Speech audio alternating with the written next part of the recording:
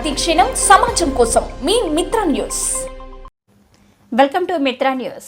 తెలంగాణ రాష్ట్ర ప్రభుత్వం నిర్వహించిన బీసీ సమగ్ర కులగణన నివేదిక ఒక బూటకమని బీసీ సమాజ్ రాష్ట్ర కార్యదర్శి ఉమ్మడి మహబూబ్ నగర్ జిల్లా అధ్యక్షుడు శ్రీనివాస్ సాగర్ ఆగ్రహం వ్యక్తం చేశారు. శనివారం మిత్ర న్యూస్ ఛానల్ స్టూడియోలో ఆయన మాట్లాడుతూ కాంగ్రెస్ ప్రభుత్వం నిర్వహించిన బీసీ సమగ్ర కులగణనలో బీసీలను 42.65% ప్రకటించి బీసీల జనాభాను తక్కువ చేసి చూపించడం పట్ల కుట్ర దాగి ఉందని ఆయన మండిపడ్డారు.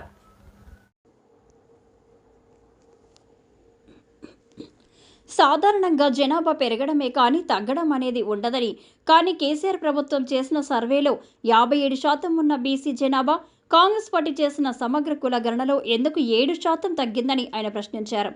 దీనిపై బీసీ సమాజ్ ఆధ్వర్యంలో రాష్ట్ర వ్యాప్తంగా నిరసన కార్యక్రమాలు నిర్వహిస్తున్నట్లు ఆయన తెలిపారు. అదేవిధంగా రాష్ట్ర ప్రభుత్వం తీరుపై ఆగ్రహం వ్యక్తం చేశారు.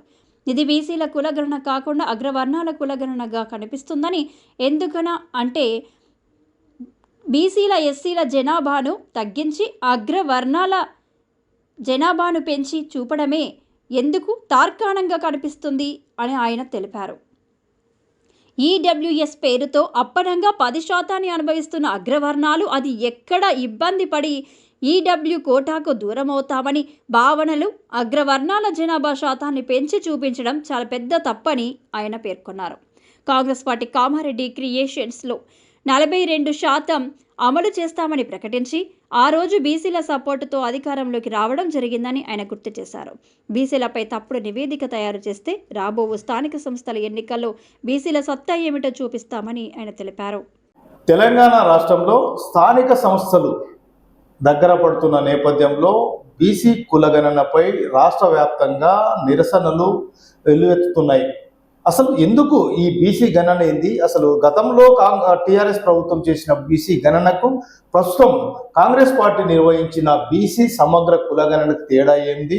అసలు ఎందుకు నిరసన కార్యక్రమాలు కొనసాగిస్తున్నారని తెలుసుకునే ప్రయత్నం చేద్దాం. మన ముందు ప్రస్తుతం బీసీ సమాజ్ రాష్ట్ర కార్యదర్శి మహబూబ్ నగర్ ఉమ్మడి జిల్లా అధ్యక్షులు శ్రీనివాస్ సాగర్ ఉన్నారు. అసలు ఏంది బీసీ గణనపై సమగ్రంగా తెలుసుకునే ప్రయత్నం చేద్దాం. నగర్ నమస్తే. నమస్తే. అది ఏం జరుగుతుంది ఇప్పుడు? బీసీ కులగణన సమగ్ర కులగణన పైన ఎందుకు రాష్ట్ర వ్యాప్తంగా నిరసనలు వెలువడుతున్నాయి? అసలు దీనికి ఏ విధంగా దీన్ని మనం చూడొచ్చు? అసలు మీ బీసీ సమాజ్ ఆధ్వర్యంలో ఈ రోజు కూడా రాష్ట్ర వ్యాప్తంగా కూడా నిరసన చేసేది తెలిసింది. అసలు ఎందుకు మీరు నిరసన చేస్తున్నారు? నమస్కారం అన్న. కాంగ్రెస్ పార్టీ ఏదైతే ప్రతిష్టాత్మకంగా చేపట్టినటువంటి సమగ్ర కులగణన కామారెడ్డి డిక్లరేషన్లో మేము అధికారంలోకి వస్తే 6 నెలల్లో సమగ్ర కులగణన చేస్తామని చెప్పి ఆ రోజు బీసీల అభిమానాన్ని చూరగొని ఆ రోజు అధికారంలో ఇవ్వడం జరిగింది. తదనంతరం జరిగిన పరిణామాలు అన్ని తెలుసు. రాష్ట్ర వ్యాప్తంగా నిరసనలు ఆమోదం చేసిన తర్వాత వీళ్ళు సమగ్ర కులగణన చేయడానికి ఒప్పుకున్నాం. అసలు సమగ్ర కులగణనలో 46.25%గా బీసీలను చూపించడం జరిగింది. అసలు జనాభా అనేది ప్రతి సంవత్సరం పెరుగుతుంది తప్ప తగ్గదు. కేసీఆర్ ముఖ్యమంత్రిగా ఉన్నప్పుడు చేసినటువంటి సర్వేలో 52% ఉన్నది. ఇప్పుడు 7% ఎందుకు తగ్గించి మీరు చూపించిన దాని మీద ఈరోజు బీసీ సంఘాలు రాష్ట్ర వ్యాప్తంగా మండిపడుతున్నాయి. మేము బీసీ సమాజ్ ఆధ్వర్యంలో కూడా మేము మొన్నటి వరకు కూడా దాని మీద దీక్షతోనే ముందుకు పోతున్నాం. ఎందుకొరకు ఈరోజు కాంగ్రెస్ పార్టీ ప్రతిష్టాత్మకంగా చేపట్టి బీసీల వ్యతిరేకంగా ఎందుకు ముద్రపడదో అర్థం కావట్లేదు. ఎందుకు తగ్గించి చూపవలసి వచ్చిందనే దానిని స్పష్టంగా బీసీ సమాజానికి కాంగ్రెస్ పార్టీ చెప్పాలి. అంటే ఇప్పుడు సడన్గా అంటే అసెంబ్లీలో ఏదైతే బీసీ సమగ్ర కులగణన స్టార్ట్ చేసినారో ఇమ్మీడియట్గా నిరసన జాలలు వెలువెత్తుతున్నాయి. అంటే ఎక్కడ ఈ పొరపాటు జరిగిందని మీరు అనుకుంటున్నారు? ఖచ్చితంగా ప్రాంతీయ అంటే పట్టణాల్లో కానీ గ్రామీణ స్థాయిలో కానీ ప్రభుత్వమే చెప్తుంది దాదాపు 18 లక్షలు 16 లక్షల మంది సర్వేలో పాల్గొనలేదని. మీరు అంతమంది సర్వేలో పాల్గొలేదన్నప్పుడు అక్యురేట్గా మీరు ఏ విధంగా మీరు బీసీ జనాభాను ఈరోజు క్యాల్కులేషన్ చేసి అసెంబ్లీలో ప్రవేశపెట్టి మేము కేంద్రానికి పంపిస్తామని చెప్పడంలో అర్థం ఏంటో అర్థం కాలే. మీరు ఏదైతే మనసులో పెట్టుకొని సమగ్రంగా చేయలే బీసీల జనాభాను చూస్తే వీళ్ళకి రిజర్వేషన్లు ఇవ్వాల్సి వస్తుంది.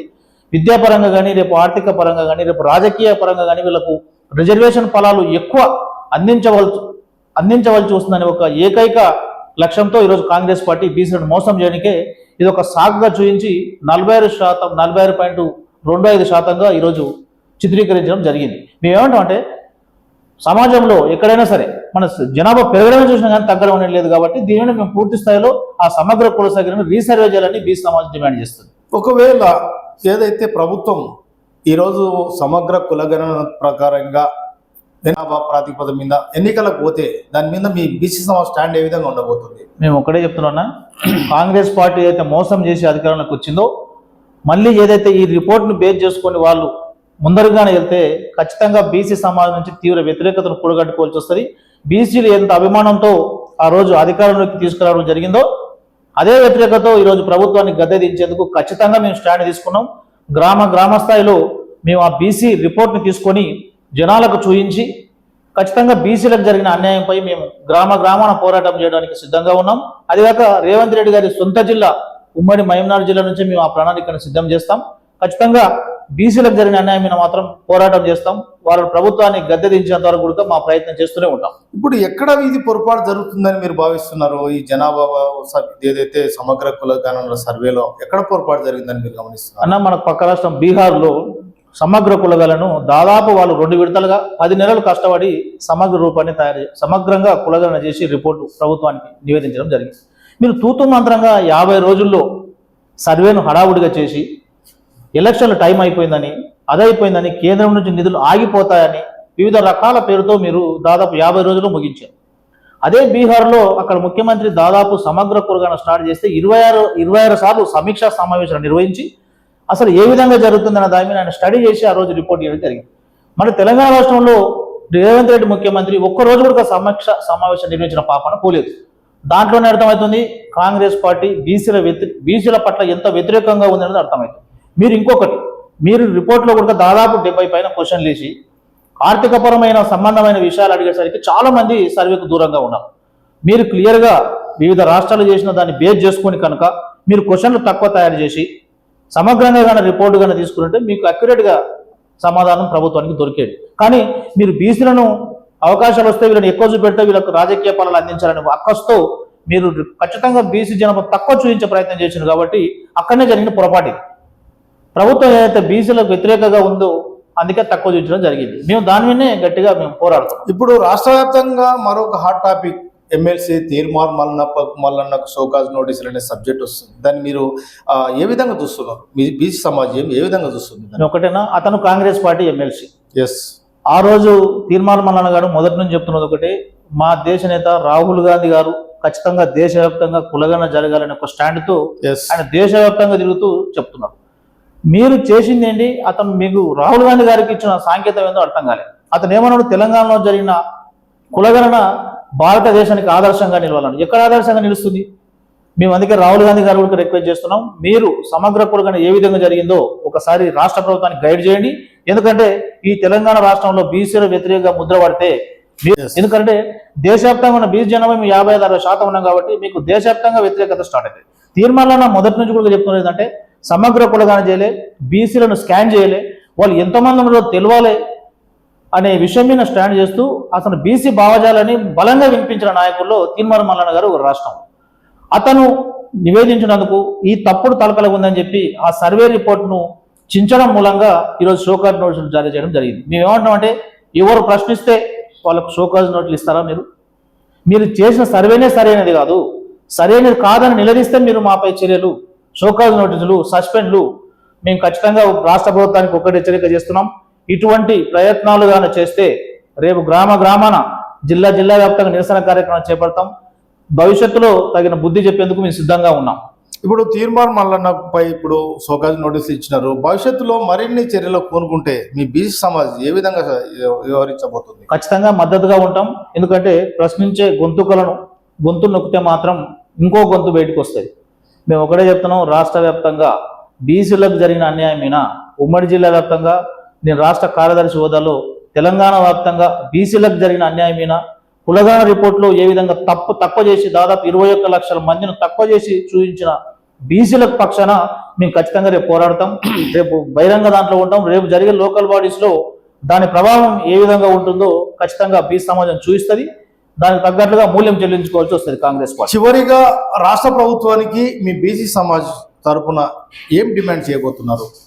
మేము ఒకటే చేస్తున్నాం, ఖచ్చితంగా ఏదైతే సమగ్ర కులగణన సర్వేను మళ్ళీ రీసర్వే చేయాలని మేము భావిస్తున్నాం. ఎందుకంటే ప్రభుత్వం చెప్పింది కదా 65% దాదాపు 16 లక్షల మంది 10 లక్షల మంది సర్వేలో పాల్గొనలేదని. మీరు టైం తీసుకొని సంపూర్ణంగా డేటా సేకరించి అక్యురేట్గా బీసీల జనాభా ఎంత ఉందో ఖచ్చితంగా తెలపాలి. అప్పుడే మేము సంవత్సరం పాటు ఎదురు చూసిన బీసీ సమాజానికి మీరు ఒక మంచి మెసేజ్ ఇచ్చినట్టు ఉంటుంది. మేము ఏదో పర్ఫెక్ట్గా రిపోర్ట్ వస్తే మాకు రాజకీయంగా కానీ ఆర్థిక విద్యాపరంగా ముందుకెళ్తామనే ఆలోచనతో బీసీ సమాజం మొత్తం ఎదురు చూసి ఆ రోజు మీ పక్షాన్ని నిలబడి ఆ రోజు మేము కష్టపడి మిమ్మల్ని అధికారంలోకి తీసుకోవడం జరిగింది. సేమ్ ఇంపాక్ట్తో మీ భవిష్యత్తులో మీరు రీసర్వే చేసి ఖచ్చితంగా అక్యురేట్ జనాభా ఏందో బీసీ జనాభా ఏందో సమాజానికి తెలియజేయండి. ఇది బీసీ కులగణనలో తప్పుల నడక నడుస్తుందని, తప్పుల కడక ఉందని, అందువల్ల బీసీ జనాభా ఏదైతే సంపూర్ణ జనాభా ఉందో వాటిని క్లియర్గా తెలియజేయాలని, ఏదైనా కుట్రలు జరిగితే రానున్న స్థానిక సంస్థల ఎలక్షన్స్లో కావచ్చు బీసీల సత్తా ఏదో చూపిస్తామని తెలియజేస్తున్నారు. ఎంవి రమణ, మిత్ర న్యూస్ ఛానల్ నుండి మహబూబ్ నగర్.